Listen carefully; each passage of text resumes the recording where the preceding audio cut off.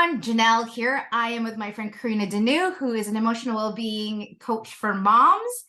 And today we're just going to be talking about, how to have, what are we talking about, Kaurina? You tell me. What are we talking about? Hot topics for a lot of moms that are, stress, guilt, the mom guilt, overwhelm, juggling everything, right? As a mom. Yeah. And I'm assuming you're a mom too, right? Yes, I have 4 kids. Do you really? Yes, I do. Yeah. How old are they? My oldest is 22. And then I have an 18-year-old son, a 16-year-old son, and my youngest is 8. So a girl, boy, boy, girl. Awesome. And how did you become an emotional well-being coach for moms? Well, I started as a doula. So after I had my first, I became obsessed with birth. So I've been a doula and childbirth educator for 15 years, supporting hundreds of families through, the pregnancy, birth, and early parenting stages. And also through my own growth and development and dealing with my own marriage and my own stress, I took a lot of personal development courses.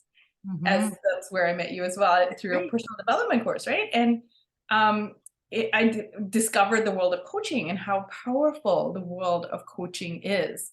And just the breakthrough results that are available. Parenting is stressful, right? And having your marriage work, like I've been married 24 years now, and it's really out of, the relationship coaching. And it was me who did all the coaching. Like I went for all this personal development and relationship coaching. And out of that, my transformation altered the dynamic of our relationship. And so it sounds like, you didn't go the traditional path of like, we'll do couples therapy and we'll fix our marriage. What I hear you're saying is like, I worked on me.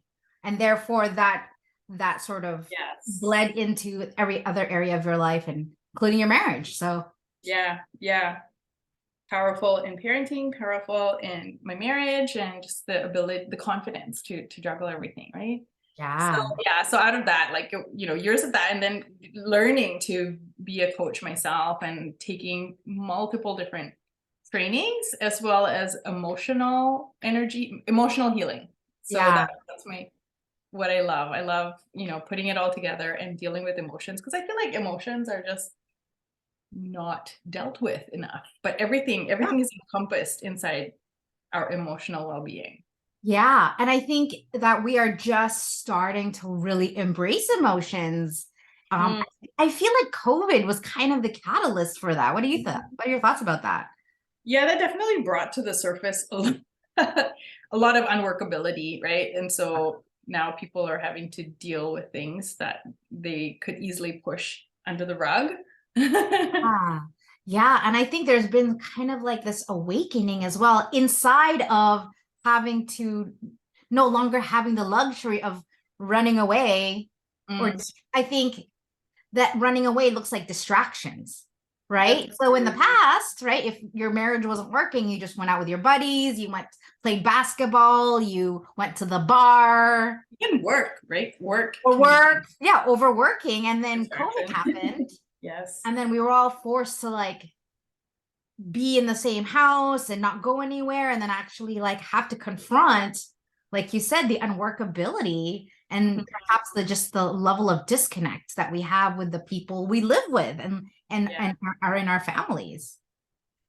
Definitely. It's created a lot of stress, but also a lot of opportunity and different ways of looking at things that, how I feel like, a lot of people are stuck in this either or paradigm, right? So maybe there's unworkability in their marriage, and they think the only way is to get divorced, right? So it's this push to okay, I'm not happy, so I have to leave, as if there's no other option. Is that what you find? I find that we all want to change, and we all want to get better, and we all want to be happy. But yet we're kind of stuck in this emotional addiction, if you will, or programming, perhaps. I know for me, one of my innate programmings that I'm working on breaking through is worry.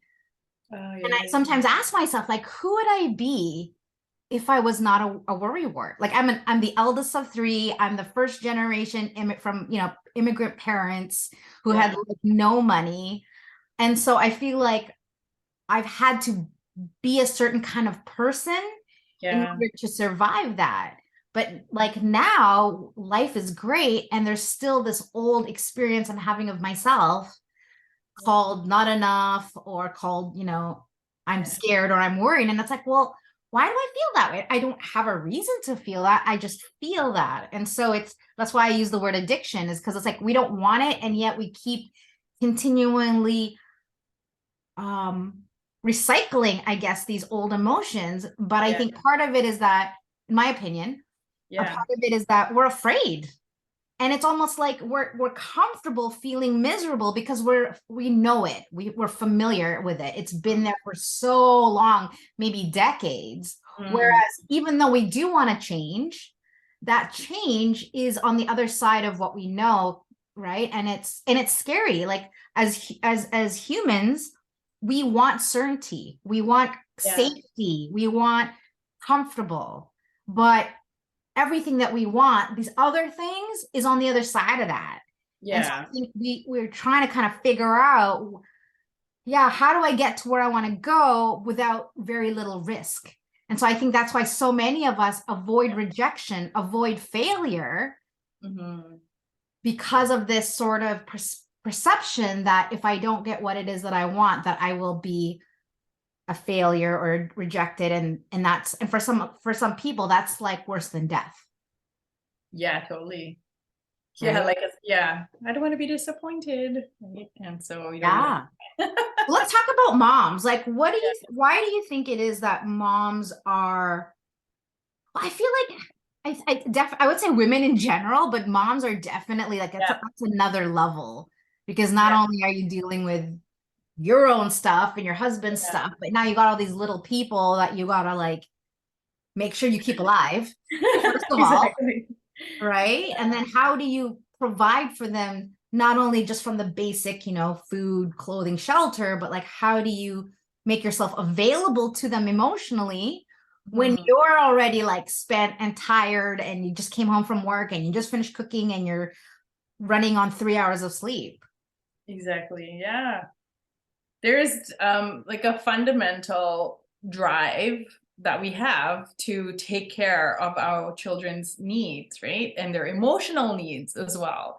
And a fundamental drive to be a good parent.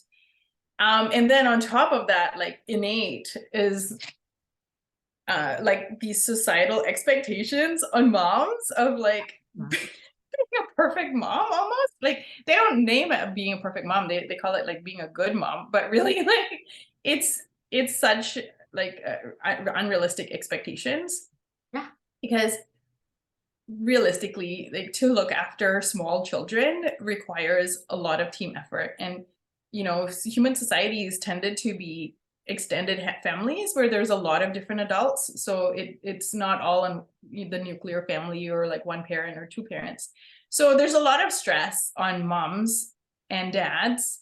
But if moms are primarily looking after the kids in most families, then it's a lot of stress on moms. And we kind of want to not just take care of their physical needs, but we also want to make sure that we're not losing our temper and, taking out our anger and stress on the kids, right? So, but the problem is we actually don't have a space to take care of ourselves. Mhm. And there's this weird concept that if we're taking care of ourselves, we're being selfish, which logically, when we look at it, we can see how ridiculous that is. But it's Mhm. like the back of the mind, like the subconscious thought is like, oh my gosh, I can't take care of myself, can't go to the gym, I can't Yeah. spend time, decompressing because I'm being selfish. And it drives you like from the back of the mind, like subconsciously. Yeah. And And and guilt, like I can hear is like guilt, yeah. guilt is, as a marriage coach, when I'm dealing with people who are in like deep, deep, deep guilt, that Mm-hmm. is probably the hardest client, Yeah. because guilt feeds guilt. Yeah. And so it's a very difficult cycle to escape. Mm-hmm. And so it's like, here I am calling clients. It's like, so for example, I have a client who cheated on his wife. Right. And so he's like, he's trying to forgive himself, but Yeah. in his mind, maybe unconsciously, he's like, well, if I forgive myself, Right. does that mean that I'm not being responsible? Or does that mean that I don't care? And so it's almost like we're wearing guilt as though it's like this badge of honor. Yeah. Rather than this thing that's actually like killing our aliveness. Yeah. And it's kind of a vicious cycle, isn't it? Yeah. Because And I we don't feel even see it, right? We don't even like, and maybe we might see it, but it's like, it's almost like quicksand. It just keeps pulling at you until you have that courage to be like, no freaking more. Like, I'm so done feeling guilty, but there's just something so addictive about carrying that addiction or that guilt or those emotions like they're that's like as though it's who we are rather than just this emotion, this thing that we're experiencing, which is this chemical reaction of our brain and our body from a past memory. Like right now I'm reading a lot about neuroscience and quantum physics, which is really fascinating. Yeah, and it really talks about this whole like the body and the chemicals and the neurotransmitters and how we're addicted to emotions, and it's a chemical thing. So for me, I find adding logic to this really sort of abstract thing called emotions helps me understand myself. And also, I think compassion, giving ourselves compassion. I would also add that I think why moms are so, not even moms, just women, we're so hard on ourselves is that with social media, right? And then comparing ourselves to other moms who are not like us.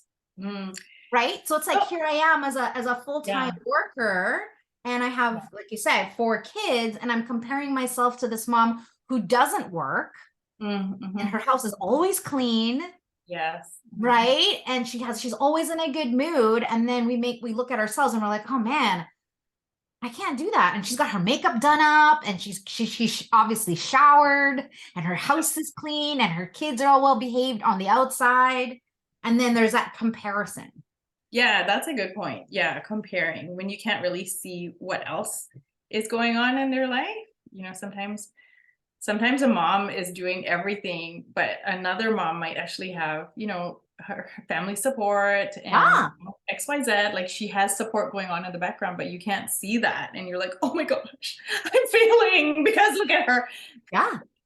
And another thing, okay, like I know for myself, right? Like before I had kids, before you have kids, you judge other moms. Like I judged other moms because I didn't know any better. And then, you know, then you have one kid and then you're like, oh, but then you're still judging other moms because you only have the one kid. Then you have like a bunch more kids and you're like, okay, no.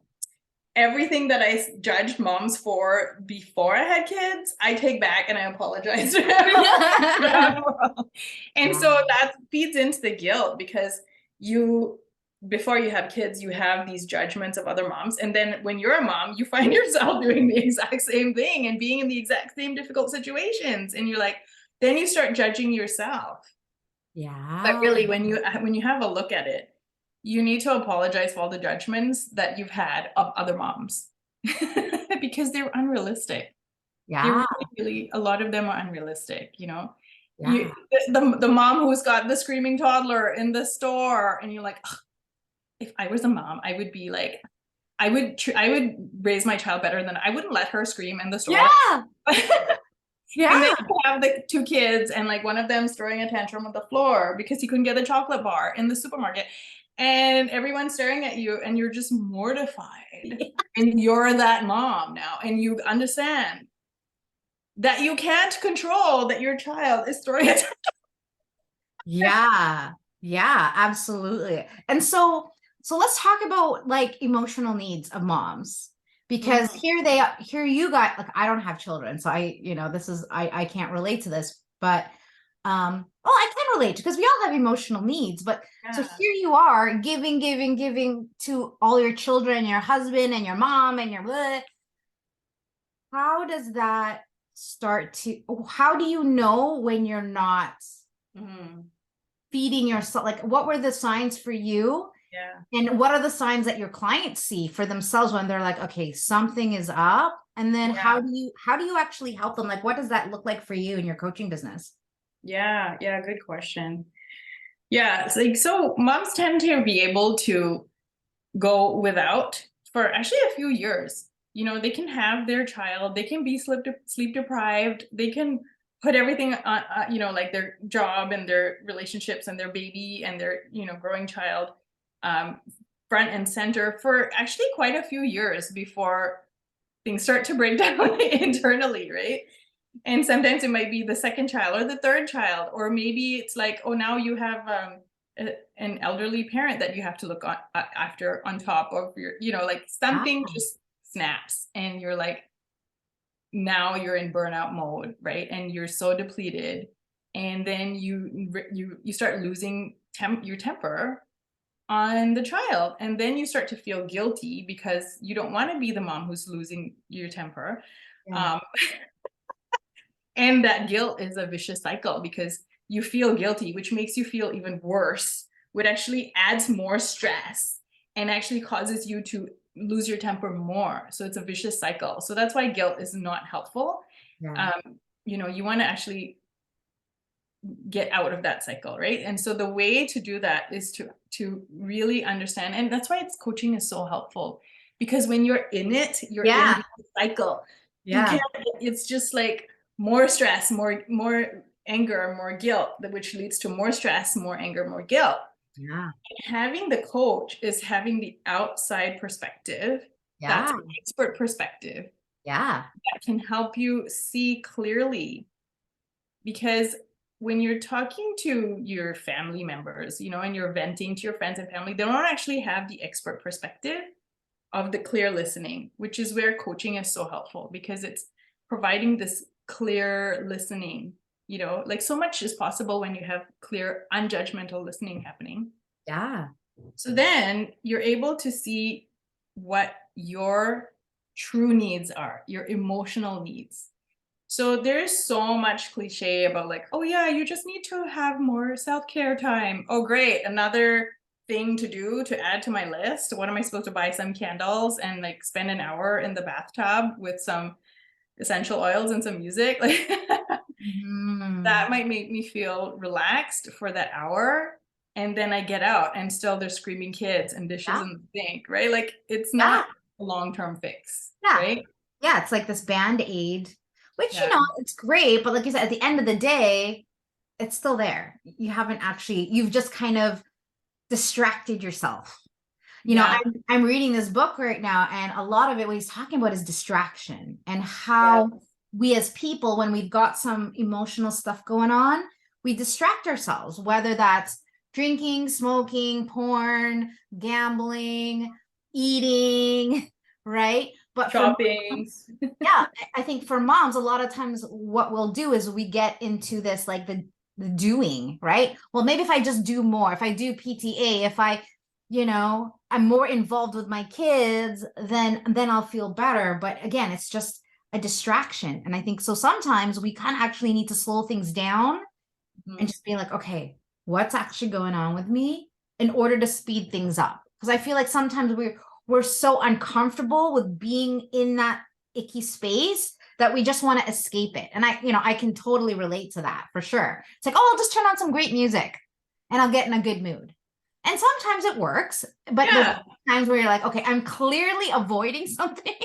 I know that. I know I'm avoiding it. And so it's like being able to actually be inside silence. Yes. And also to get back to who are you without the mom hat for you and I, without the coach hat, without the wife hat. Yeah, right? exactly. Who am I in my spirit? 100%. Yeah. Totally. And then once I know who I am in my spirit, now I can really get connected to what is it that I need that I'm not getting right now. Yeah. Right. And really why do I feel the way that I feel? But if we're too busy trying to like tell ourselves everything's okay, everything's okay, everything's okay. I'm fine. And just trying to survive. Yeah. Eventually that's where the burnout is created. Yeah, exactly. Yeah. Yeah, I totally agree. I hit the nail on the head. Like it's about, I feel like so much in society is about, get being the better parent, but fundamentally it's like connect to, like who you are as a person, as a woman, like without being a mom, right? Who are you? Like what makes you happy in the essence of your soul? Like what makes you feel fulfilled? Yeah. And Yeah. right? So it's so easy as a mom to live like life is a to-do list. Yeah. And what I get my clients to do is to create a yay me list. Mhm. Tell us what's a yay me list?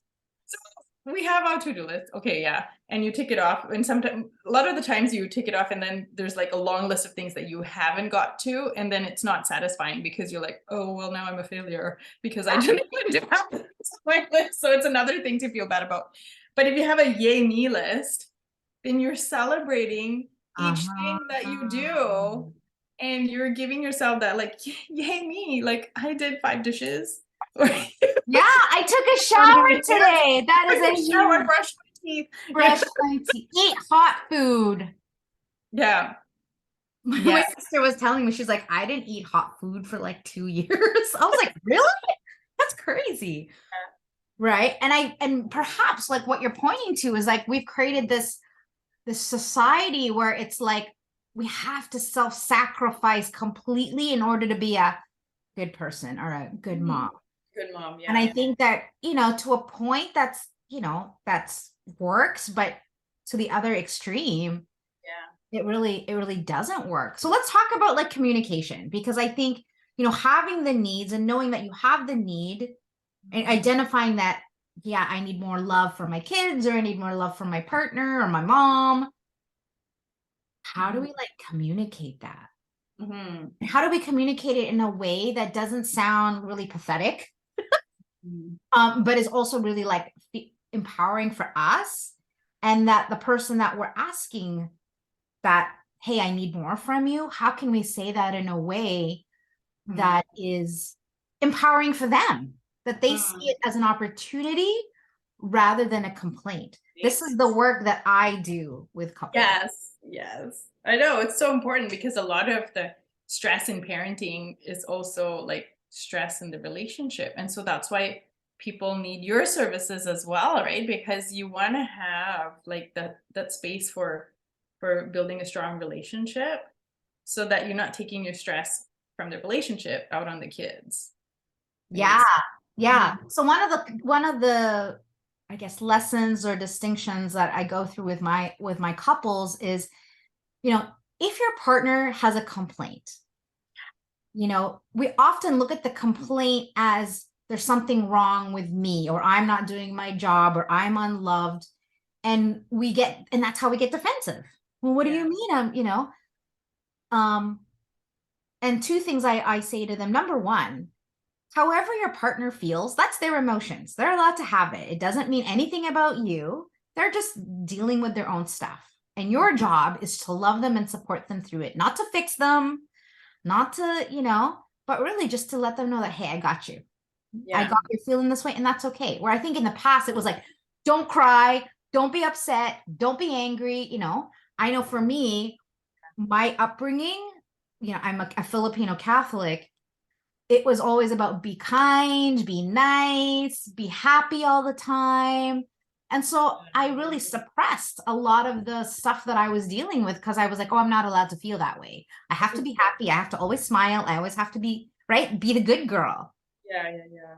And it was like suffocating. And so it's only actually been in the last 5-10 years that I've actually embraced, like, hey, this is who I am. Yeah, I have good days. Yeah, I have bad days. Yeah, I curse sometimes. Yeah, I have a really bad memory. And just not making it mean anything about me. It's just Yeah, like, yeah, that's just, totally. I have black hair. Like, it's Yeah. that insignificant, right? Yeah. It's not But like I, I'm a bad person because I did right, swear. And I right, right. And it's like our love lost for my ourselves. temper. Oh, I'm a bad mom. No, it doesn't Yeah. mean. Yeah. And then like the love for ourselves is so conditional. It's like, oh, I love myself when Yeah. things are going well for me. And then when my kid acts out, or you know, I lose my job and now I'm unworthy. Yeah, exactly. Yeah. Can you hear that? Oh yeah, that's fine. I'm just waiting for her. I'm just Communication. okay. Yeah. Okay. Yeah, go ahead. Communication. Yeah. So the same thing, like, I mean, start with yourself. Start with like becoming more confident with yourself, right? Like, and starting a yay me list and celebrating yourself and the things that you do, the things that you appreciate about yourself, write it down, but also like who you are as, you know, the essence of who you are, like really, really look at the awesomeness that you are and the important things that you do, not just do, but like what you bring to the world, because everybody's unique and you want to like really celebrate who you are, the essence of your soul, right? Yeah. And then once you get into the habit of doing that, right? Then you really want to look at your partner in your relationship, like the most important person in your life. And yeah, sure, there's a bunch of annoying things, I'm sure, but really look at what you can appreciate about your partner. What is the essence of their soul, you know, and like what they bring to you, you know, like as a fundamental level. Yeah. Yeah. And I think, you know, you had said something about in the early stages of this podcast about shoot, I totally sorry, I lost my train of thought. You were talking about Needs or um yes, you were talking about how a lot of times when we are in a relationship and things aren't going well for us, we automatically look out there in the world for the problem, right? And you know, I think we have to remind ourselves that everyone is a mirror for us. And if we're nitpicking and judging other people, especially our partner, there is a really good chance that there's something over where you are that you're not loving about yourself and not accepting and judging yourself for. And instead of dealing with that, you're deflecting and trying to find somewhere else to put that blame on. Yeah. And that's a hard lesson. Like even for someone like me who's been doing this work for 20 years, Yeah. it still takes me a couple days to be like, oh, Yeah. that's me. That's not them. I'm just like, they're this and that and that. And then I'm like, ooh, that's how I feel about myself. Ooh, juicy, right? But I think what I've become really great at for myself is giving myself compassion and looking at it with some humor and just like, oh, this is so funny. This whole like being human thing. Totally. It's so crazy, right? And just laughing at your own silliness, your own ignorance, your own crazy thoughts that go in rather than like being so significant about like, oh, that's who I am. Oh, I'm a terrible person. Humor is the solution to a lot of a lot of problems. I mean, really, it's hilarious, right? Like, oh my gosh, my kid is throwing a tantrum in the store. Like, this is so funny. Yeah, I think laugh about this. Yeah. My daughter's 22, so I always like talk about, you know, the tantrums she threw, right? In the moment, it was like super stressful for me as a mom, but now I just laugh about it with her. I'm like, you did that. It's hilarious, you know? Yeah, for sure. I think too, in regards to comparison, is like, where did we ever come up with the idea that we were never enough? Right? Like we have this like ongoing, I think even men all have this conversation that we're not enough. And then it's like, well, what is enough? And whoever told us that we weren't enough? Yeah. And why do we insist on hanging on to this? Why are we so addicted to feeling like we're not enough? Like, why can't we just all just decide that we're enough? I'm enough. I might not be tall. I might not be, you know, but I'm enough. I'm perfect just the way I am, even with all these flaws. There's not You're a problem. flawless. What are you talking about? What's that? You're flawless. The only person who thinks that is my husband, to be honest, which is great. He's the perfect person to think that. That's great. But you know, like who would we be if we actually just got that we are enough? Yeah. It's almost like this identity. And we're almost like afraid to let go of that identity. Like I was saying earlier to you, like I have this identity of being the worrier. And there was Yeah, this moment where I asked myself, who would I actually be if I was no longer a worrier? yeah. And I actually didn't know the answer to that because it's so Wow. ingrained in my identity. Yeah, yeah, So maybe that's why we hold on to this shittiness that we're like so committed to holding on to, even though we say, I don't want to be that. yeah, Yet when given the option, well, here's a, get out of jail card, yeah, get out of jail card. A lot of us won't take it. yeah, totally. Again, isn't that interesting? Like to me, it's fascinating that we do that to ourselves. It is, I mean, it's a fundamental drive for human beings to grow and become better.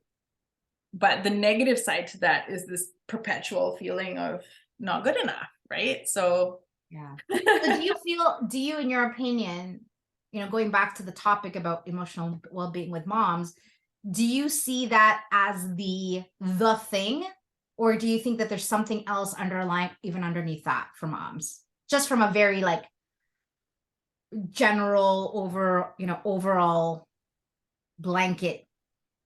for me, I mean, there's no, like, the world has very little understanding of the world of emotions, and I seek to bring some understanding because I see emotions as like information, right? Mm, So there's like what you talked about with the like you say, worry. neuroscience? That's like the emotional pattern, and everybody has some sort of emotional pattern that's the automatic. So that's distinct from the emotions that arise in moment to moment. Those are two different things in how I Yes. like teach people, right? Because like everybody, like Tony Robbins said this, like some stressful event happens, and then the people who get angry will get angry. The people who get sad will get sad. The people who blame will blame. The people who be funny will be funny. Like there's the automatic pattern, right? And then there's the emotions that arise moment to moment, like different things happen and you have different emotions. And I look at it as the emotions are giving you information.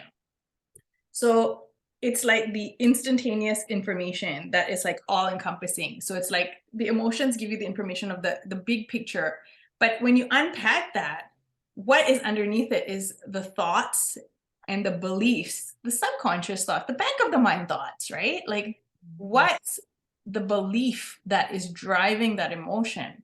And Mm-hmm. the meaning that you're making, but you don't have access to that until you have a coach, right? So that's why coaching is so powerful, Mm-hmm. because when you deal with the conscious thoughts, like the conscious brain, like you can only change like 5%. It's the conscious part of the brain is connected to the lower part of the brain, right? The limbic brain and the emotional part of the brain, and that is connected to the rest of the body. So it's the subconscious brain that is more powerful. And when we can actually alter the program in the subconscious brain, we actually have a chance of altering the fundamental patterns that we run in life. Yeah. And it sounds easy, but again, thinking about like the typical mom who's trying to do 20 different jobs at once, the work that you're talking about requires like stillness and silence and like the not doing there or undoing of what we normally do. And so as like I'm sure there's people listening to this going like, oh yeah, that makes sense, but the execution of it, the implementation of it takes time and a lot of like focus. And I think that's where a lot of us are at, is like we know where we need to get to. We just don't know Yeah. how to get there because Yeah. we just keep repeating what we know. And of course, we're never going to get a new result. And so that, again, like why a coach is so instrumental in that is that they're there to disrupt that and to be like, hold on, stop. Right. Mm-hmm. Before Yeah. you go down that typical black hole that you normally go into. Exactly. Yeah. Yeah. I always think I hear people are like, oh, yes, we just got to meditate and find the stillness, which is great if you're a monk, or if you have the time, but moms don't have the time. Yeah. So that's why I find like laser focus coaching is Yeah. like 100 times or 1,000 times faster than meditation. Yeah. It's the power of having this third party who is the space of unjudgmental listening and expert listening. Yeah. Is actually where you can discover your patterns and alter, like, what is the fundamental need that is not being met, and that's why I'm feeling stressed. So I'll tell you, like, from my experience, okay? Like, when I was a mom of like 3 young kids, and I'm an immigrant here as well, so I didn't have any family help, right? And it was like the most stressful time. And I had so much mom guilt because I felt like I was failing in everything. I was failing. I couldn't get the dishes done. I couldn't get the laundry done. My house was a mess. One kid was hanging on to one leg crying. The other kid was hanging on to the other leg crying. The 7-year-old was like, "Oh, Mom, you never spend any time with me because you're like looking after the boys." And it's Yeah. failing in everything. And Yeah.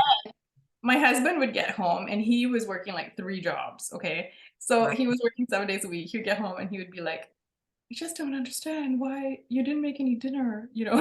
Yeah, yeah, yeah. You never And I paid was like, attention to me. I haven't had sex in like 2 weeks. Ah. So it's like guilt upon guilt upon guilt right? upon guilt. Yes. And then, of course, there were the days that were good. There were the days that were good, and then there were the days that were super stressful. And what I started to notice out of having the listening of a non-judgmental person, I started to have the space to vent. First of all, don't vent to your partner, don't vent to your husband, don't vent to Yeah. don't use them for venting. Vent to your best friend, vent to your coach, vent to somebody who's good at listening. And then once you've vented, then communicate to your partner, right, what you want. Yeah. Don't vent to your partner because they're already stressed as well. So I had the space to notice that what was happening was, um,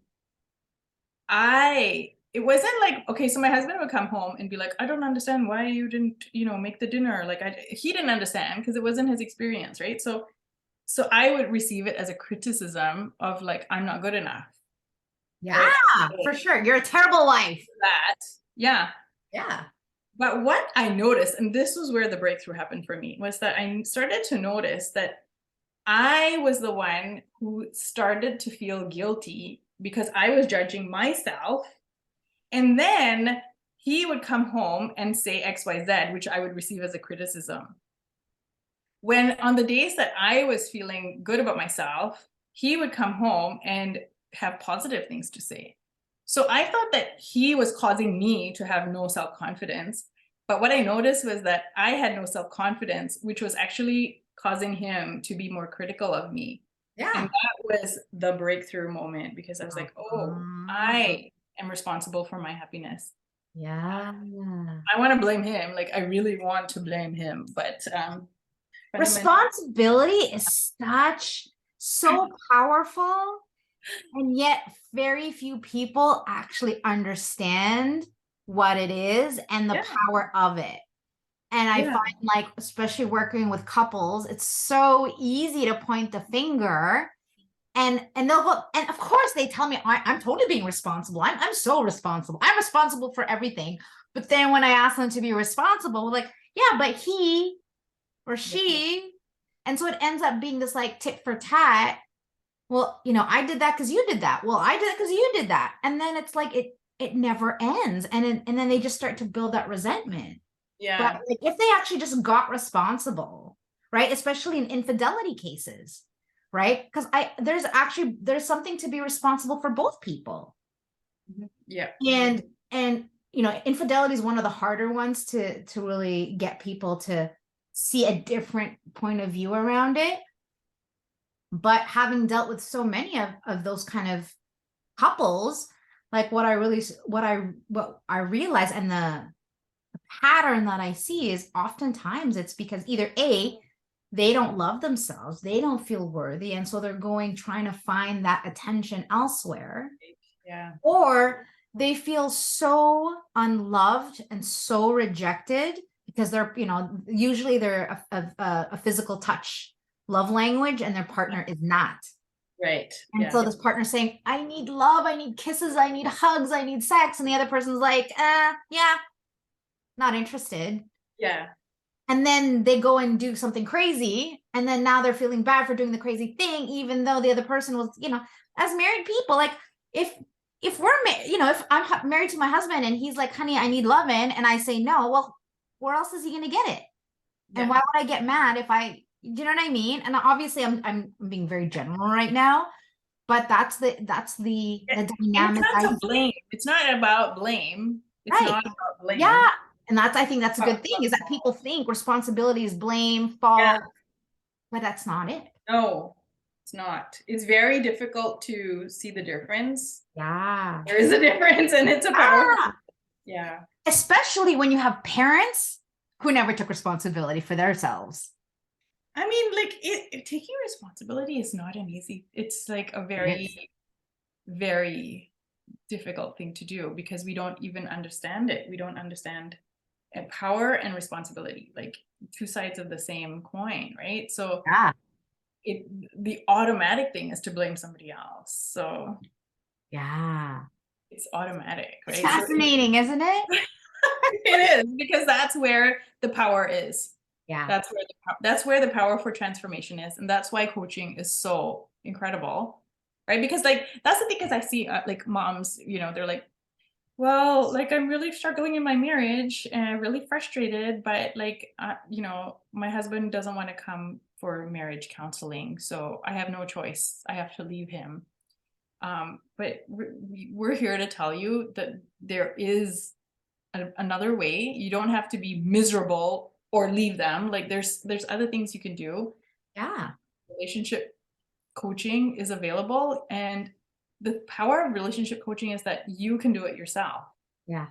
And it alters the entire dynamic of the relationship. It could be any relationship. Like I've seen people, struggling with their mother-in-law or their sister-in-law, and it's like when you alter your fundamental way of being, it alters the dynamic, the interaction with everybody else. And that's well, 20 years ago when I started to do this work was actually when I was going through my divorce.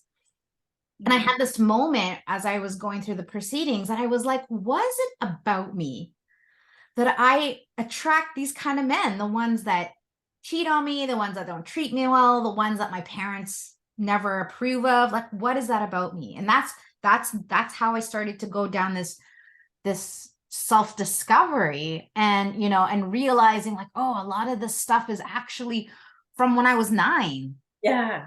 Right. And I started to unpack all that. But I think that again, if you're by yourself, it's so hard to do that when you don't have the tools and the skills to be able to navigate this new frontier called, my life isn't working, or I want to be a better person. It's like unless there's some huge drastic change that you have, like for example, health, right?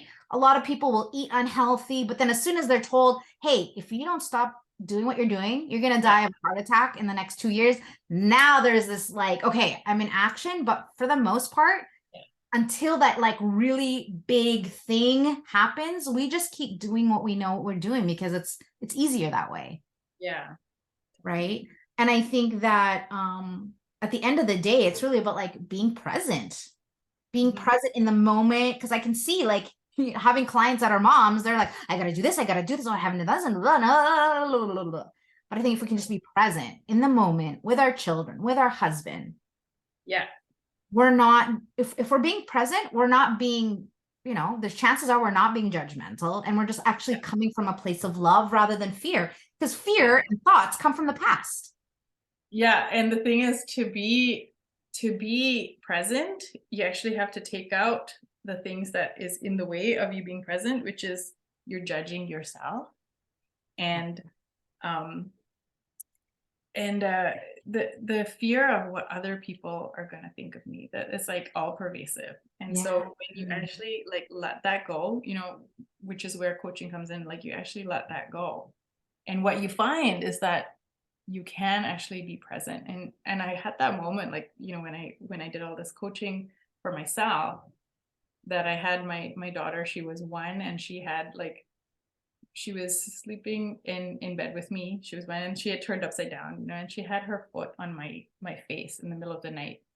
And I had this moment of like, oh my God, like, here's this perfect being with this perfect foot on my face. And Hmm. I get to have the honor of being in her life. And I was just filled with so much overwhelming joy. And it's like something that I wasn't even present to before, because before I was only present to the stress of like managing 4 kids, right? And suddenly I was in awe of the honor that I get to have all these people in my life. Mhm. And it was like, wow, this is what life is about. Like, Yeah. Well, life what I just heard you say was just like, and you said it a little bit, you said it earlier today, but I just got it in what you just said right now, was like, we are so addicted to the doing, and we are just so not well developed in the whole being, or we're actually not connected to the being of just being a great mom. And being a great mom doesn't mean you have all these things done. Being yeah, a great mom is just a way of being. It is an energy. It is the way that you express love. And it yeah, doesn't have to be because your house is clean and la la la la la la.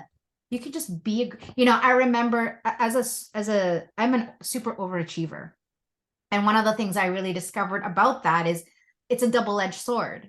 Yes, I get stuff done, but as an overachiever, on the flip side of the coin is like this need to always be perfect, this need to always be successful. And I had to kind of go through this exercise of like, well, what if success wasn't me proving myself or me succeeding or me making lots of money? yeah. What if success was just me being happy? and Mm. and I didn't actually have to produce anything. Yes, exactly. That's it. That's like in the emotional well-being. It's like you actually choose the emotion you want to make front and center in your life, and you create it. And so, Yeah. like, Yeah. let's say And it's like so, harmony or something. You're like, okay, I'm just going to create harmony every day. I wake up in harmony, or like I'm going to create happiness, and like this is my goal for the day. yeah. And I think most people, if they were listening to this, they go, but this went wrong and this went wrong today and this didn't happen today, right? It's always attached to something in our environment rather than something that comes from within. And so, I find a lot of people have it backwards. They go, well, when I have that thing, when I do that thing, then I will be happy. Mm, I will be peaceful. Then I will be compassionate. yeah, But it actually starts here. yes, For me to be compassionate, then I can have and I can do and have the things that I want from exactly. being. So I think that's part of the work, is to really get to, like, first of all, who am I? And second, who do I want to be in every Yeah, moment? yeah. Hmm. Right? Awesome. So tell us a little bit about what you got going on. Do you have any programs or? Yeah. So I have a website, New Earth Mama Baby. And I have my, natural birth prenatal classes on that, but also I have my emotional well-being coaching for moms. Okay. And I sort of think about it like, you go to the gym to maintain your physical well-being. And so we have this ongoing support and coaching for moms so that you maintain your emotional well-being, right? Yeah. And And is that you're that's taking care of everybody else, but to like have the support to take, it's like if you're running a business, you want to have the because that's what it is. It's like you're running a small business, and to have the coach to take care of you so that you have the clarity to create the life that you want, the kind of woman that you want to be, the kind of parent you want to be. You're creating it from a place of power and support. Yeah. Awesome. Awesome. And so it's newearthmamababy.com. Yeah, New Okay. Earth I'll put it in Mama, I'll put it in this MAMA. I'll put Great. it in the show notes so people can access that. Yeah. And I want to offer a gift for all the people listening to this podcast. So it's going to be, because you're Jeanell Greene, right? So it's going to be JG, Jeanell Greene, Mama, MAMA, and 25. So we'll put that code there. Awesome. And they can use that for any of your services? 25%. Yeah. Awesome. Awesome. Well, thank you for doing that. Any last words that you want to leave with our viewers about, you know, how they can really take the next step to emotional well-being, Yeah. especially if they're dealing with something right now? Yeah. Like, you know, start with acknowledging yourself, first of all, right? Like, moms, you're doing a great job. You're doing an amazing job. And you want to really, really get that, right? You want to really acknowledge yourself and be like, I am a great mom. You know, it doesn't matter if XYZ happened. I'm still a great mom. Like, that's fundamentally the basis of your well-being, is to acknowledge yourself and reach out for support. Like, ask for help from people around you. Like, ask for help, you know, get the support you need. Yeah, I think that's a big piece, is that a lot of us think that asking for help is like admitting that we're not enough or that we're inadequate. And really, I think that we have to stop lying to each other and pretending that we all have it all figured out, because none of us have it figured out. It's true. We all pretend we do. But I think if we can just remember that we're all kind of in the same boat, we're all doing our best, we all feel like we're not enough. You know, I have a belief that, you know, especially in the whole couples realm, that we're not as different as we think we are, you know. And at the end of the day, we all want to be loved, we all want to be accepted, we all want to be respected, we all want to have purpose, and all of us are afraid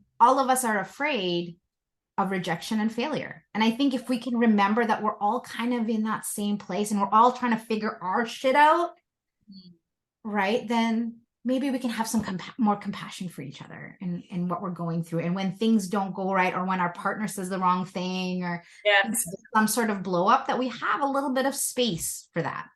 Yeah. Awesome. Thank you, Kaurina. I really appreciate you being with us today. And everyone, thanks for joining us, and we'll see you soon.